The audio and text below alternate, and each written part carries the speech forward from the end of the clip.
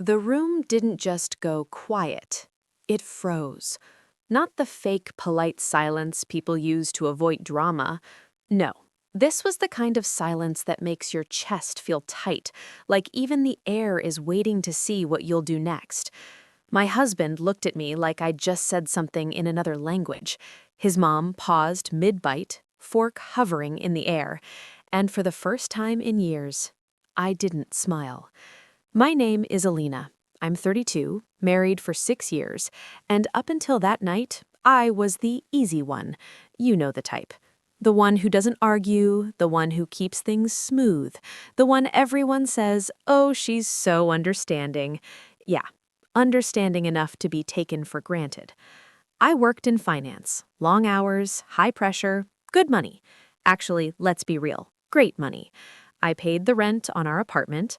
I covered most of the groceries, vacations, me. Emergency expenses, me again. But somehow, I still felt like a guest in my own marriage. And the main reason? My mother-in-law, Nadia. Now, Nadia didn't shout. She didn't insult you directly. Nah, she was way smarter than that. She smiled. And then she said things that sounded normal but left this weird sting in your chest hours later. That night at dinner, she was in rare form. "So, Alina," she said, swirling her tea like she was in some drama show, "your job still paying those unpredictable bonuses?" I nodded politely. "It's stable." She tilted her head, fake sympathy mode activated. Must be stressful, not knowing how much extra money you'll have." Extra. That word sat wrong, because that extra money had paid for her new washing machine last month, the one she called a family emergency. But I stayed calm, like always.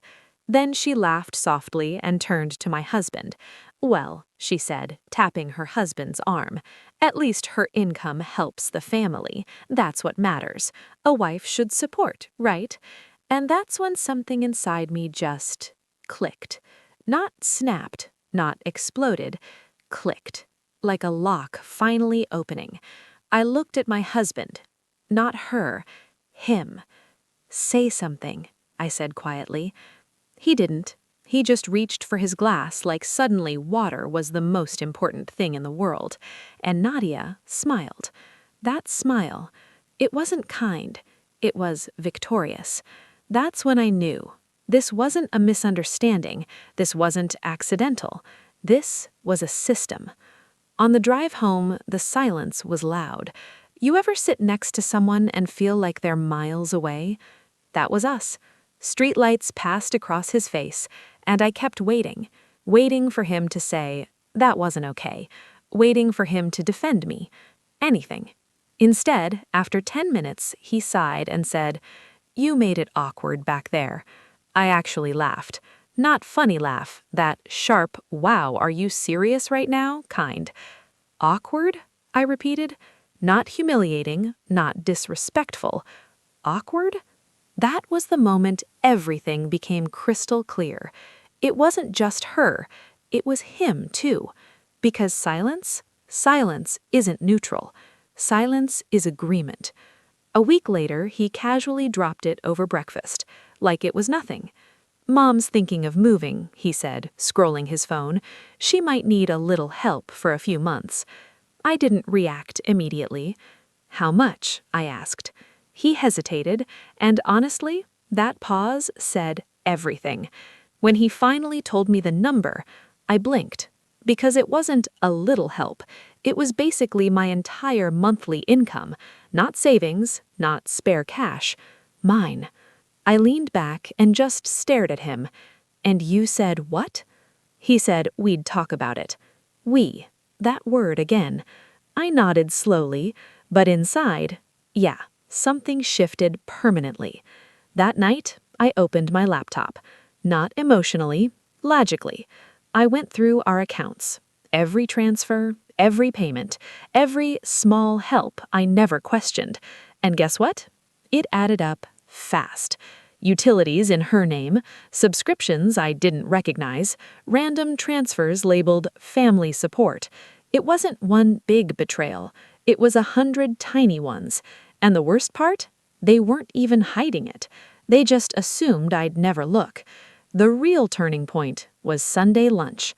Of course, because people like Nadia love an audience. Family, neighbors, random aunties who treat gossip like oxygen.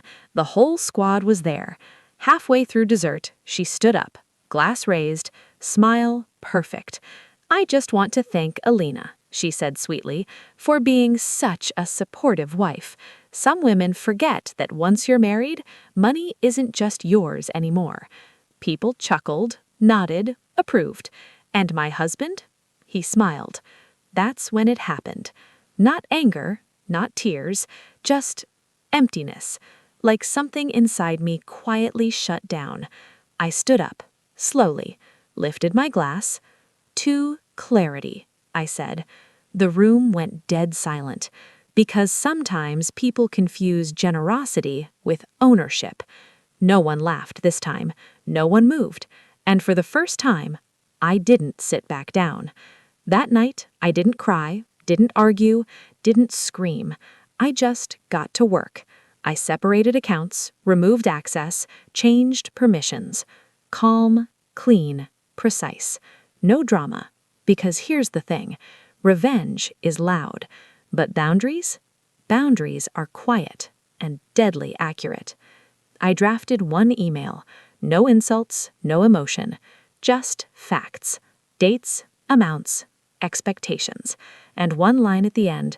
Going forward, financial decisions involving my income will require my direct approval.